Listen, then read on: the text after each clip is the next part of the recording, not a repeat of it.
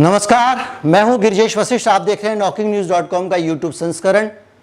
आज बात करेंगे WHO के बारे में। WHO हाल में एक बड़ी बदनाम संस्था बन गई है।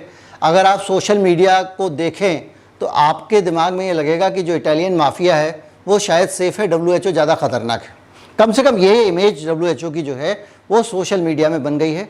ज़्यादातर लोग ये कहने में अपने आप को बड़ा ज्ञानी अनुभव करते हैं कि WHO वहाँ से बैठ के साजिश कर रहा है और जो देश हैं बहुत सारे दुनिया के उनके बीच में साजिश फैला रहा है और टीके की साजिश में शामिल है वो पूरी दुनिया के साथ में और बहुत सारी तमाम सारी बातें। लेकिन WHO की जो अहमियत है, WHO की जो वजूद है उसको नज़रअंदाज भी नहीं किया जा सकता। इसीलिए यही वजह है कि WHO को और डॉक्टर्स को तमाम बुरा भरा कहने के बावजूद बाबा रामदेव अपनी दवा, जो दवा है नहीं है, असली है नकली है, कारगर है नहीं है, इसमें बहस है, उसको अगर बेचना चाहते हैं तो झूठा ही सही WHO का नाम लेते हैं और कहते हैं WHO ने इसको अप्रूव कर दिया। ये WHO की अहमियत है, जो WHO की अहमियत हमको समझनी पड़ेगी। लेकिन ये अहमियत है क्यों, WHO की इतनी ताकत क्यों, इतना नाम क्यों, हर आदमी WHO के नाम से इतना उसको भाव क्यों देता है? ना दो। यही हम जानने की कोशिश करेंगे अपने वीडियो में कि WHO क्या है, WHO का मतलब क्या है, WHO को जो समझ के आप कह रहे हैं बुरा भला अच्छा, क्या WHO वैसा ही है कुछ और है? चैनल को सब्सक्राइब कर लीजिए, फिर बातचीत शुरू करते हैं। नमस्कार, मैं हूँ गिरिजेश। बताइए कि सरकार अगर चाहे तो कल 30 से 35 रुपये पेट्रोल का दाम कम हो सकता है। जुड़े हैं, कम लोग जुड़े हैं, क्या होगा? कई बार हम अपने दिमाग के जो सवाल हैं ना उनको नज़रअंदाज कर देते हैं। बेहद दर्दनाक, बेहद शर्मनाक और दिल दहलाने वाली दास्तान है। जो गरीब आदमी है उसके लिए रेल में यात्रा करना करीब करीब नामुमकिन हो जाएगा। नमस्कार, जय।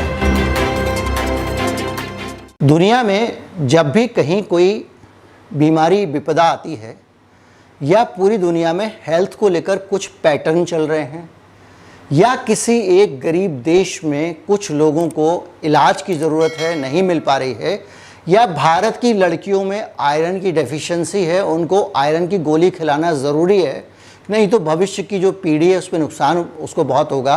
भारत में या पूरी दुनिया में बड़ी संख्या में लोग पोलियो से विकलांग हो जाते हैं, तो उनको अगर एक ड्रॉप पिला दी जाए एक साथ एक ही दिन पूरी दुनिया में, तो वो वायरस पोलियो का जो आदमी के अंदर है सबके मर जाएगा और पोलियो ख़त्म हो जाएगा। इस तरह के जो इंटरनेशनल प्रोग्राम्स होते हैं उनको लाने वाली जो संस्था है वो WHO है। दिमाग में आएगा WHO कोई संस्था है तो क्या हो गया, ऐसे तो बहुत सारी संस्थाएं होती हैं, हम WHO को इतना वजन क्यों दे? बहुत सारे लोगों के दिमाग में होगा, क्योंकि मैंने ये महसूस किया है, कई लोग फ़ोन कर लेते हैं, लड़ने लग जाते हैं कि WHO। तो मुझे लगा कि नहीं, एक क्लैरिटी होनी चाहिए। WHO 1948 में बना था, भारत की आज़ादी के 1 साल बाद। किसने बनाया? WHO को संयुक्त राष्ट्र संघ के अंतर्गत बनाया गया और इसका मकसद जो था वो ये था कि पूरी दुनिया के स्तर पे सभी देश मिलके, याद करिएगा सभी देश मिलके, ज़्यादा मेजॉरिटी में वो देश नहीं है जो षड्यंत्र करने का, जिनके ऊपर आप आरोप लगाते हैं, जो आरोप लगता है, कुछ नीति बनाए, कुछ पॉलिसीज़ बनाए और सारे लोग मिलके देश एक प्रोग्राम लेकर आए अलग अलग मसलों पे। इस मकसद से बनाया गया। 194 देश WHO के सदस्य हैं, जिसमें भारत भी है। 150 देशों में दुनिया के WHO के दफ्तर हैं। दिल्ली में भी बहुत बड़ा दफ्तर है WHO का, कभी आप इंद्रप्रस्थ जाएंगे तो वहाँ इमारत देखेंगे, ट्रेन से भी निकलते हैं तो दिखता है।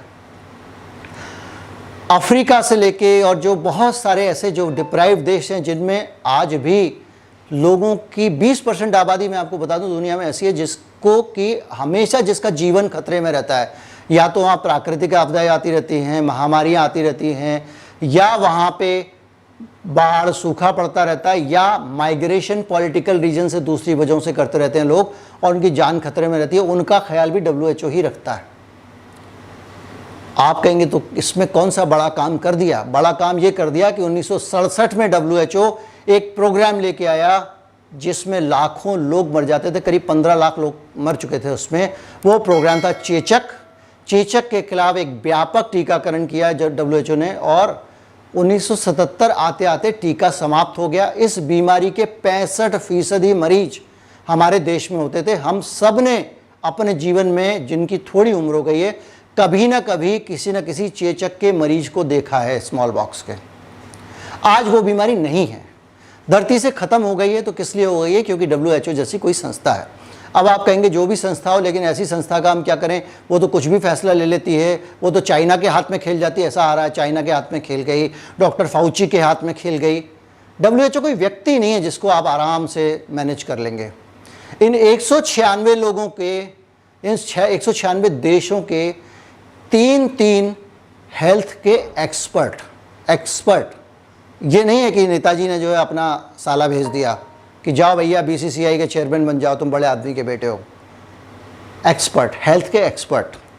तो WHO ने हेल्थ के तीन एक्सपर्ट जो है वो WHO में पूरी दुनिया के देशों से आते हैं, जिसमें एक मेन एक्सपर्ट होता है, दो उतने जिनकी अहमियत उतनी ज़्यादा नहीं होती। लेकिन ये सारे के सारे जब असेंबली होती है WHO की, 2, 6, 12, आप सोच के चलिए ना कि 194 देश हैं जिनके की 3 मेंबर हैं, तो 600 के आसपास, संसद से ज़्यादा बड़ी संख्या में सदस्य एक साथ बैठ के WHO का फैसला लेते हैं। और उसमें जो लोग जहाँ से आए हैं वो अपने देशों के हितों का, अपने लोगों के हितों का ख्याल रखते हुए उस चर्चा में शामिल होते हैं।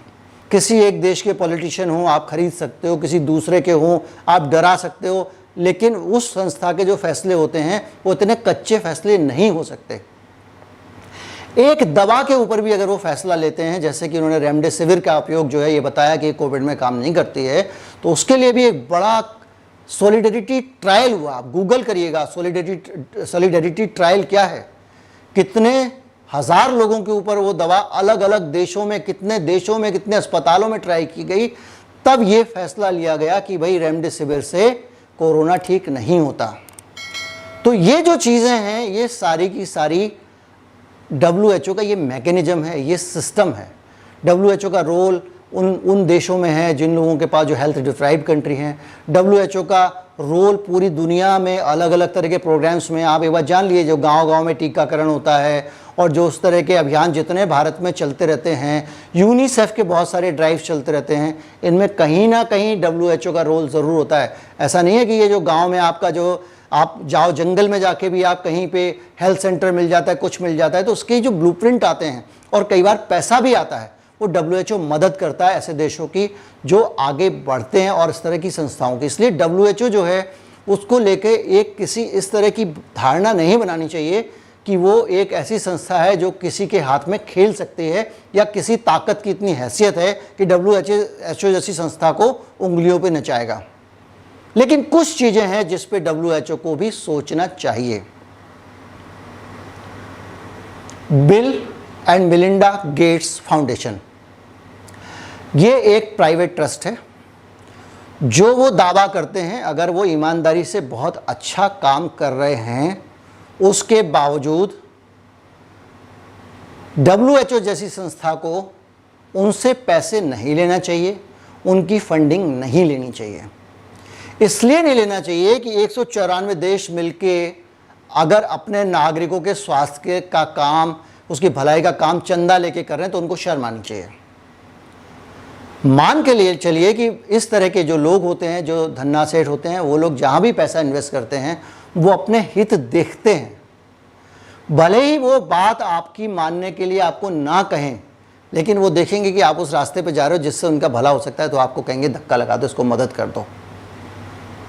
तो ऐसे लोगों का जो इन्फ्लुएंस है वो नहीं होना चाहिए, क्योंकि कोविड आने से पहले बताते हैं कितनी सारी टीका कंपनियों में गेट्स साहब ने बहुत सारा पैसा लगाया। अब वो आदमी, उसका पैसा लोगे, बदनाम पैसा लोगे, तो फिर आप बदनाम होगे। इसलिए WHO को इस तरह की चीज़ों में सावधानी बरतनी चाहिए। जो दुनिया भर के देश हैं उनको इस पर कोई ना कोई फैसला लेना चाहिए। फिर मैं कहूँगा ये फैसले भी इतने सारे देश मिल के लेते हैं। इसलिए कुल मिला के कोई भी नतीजा निकालें, ये मान के चलिए कि इस दुनिया में उसके अच्छे और बुरे सारे पहलू होते हैं। जब तक मैं आपकी जगह खड़े होकर नहीं देखूंगा, आपका दर्द नहीं समझ सकता। आप मेरी जगह आके नहीं देखेंगे, आप मेरी तकलीफ़ नहीं समझ सकते हैं। उम्मीद करता हूं कि आपको ये वीडियो अच्छा लगा होगा। वीडियो लोगों तक पहुंचाइए और बताइए कि ये जो आप लगातार शेयर करते हैं उसका नतीजा है कि अब पूरी दुनिया में बदलाव आने जा रहे हैं।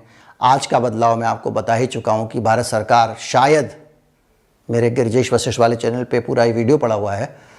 भारत सरकार शायद टीकाकरण की नीति में बदलाव करे और अब टीका सिर्फ उनको लगाया जाए जिनको ज़रूरत है, जिनको बीमारी हो गई, नेचुरल इम्यूनिटी आ गई, उनको शायद टीके की ज़रूरत ना पड़े। नमस्कार, जय हिंद।